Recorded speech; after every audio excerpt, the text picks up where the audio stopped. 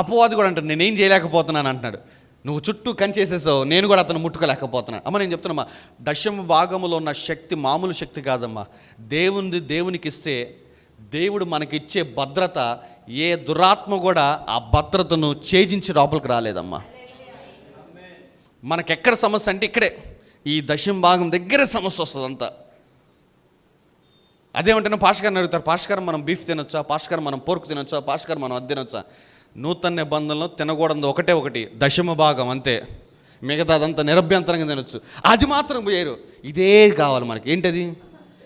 దశమ భాగమే. అదేంటో అంత టేస్టీగా ఎందుకు ఉంటుందో నాకు అర్థం కాదు అసలు. అమ్మ దశమ భాగం తిని చాలా నష్టపోయిన వాళ్ళు ఉంటారు తెలుసా. దశమ భాగం వల్ల నష్టపోయే వాళ్ళు చాలా ఉంటారు.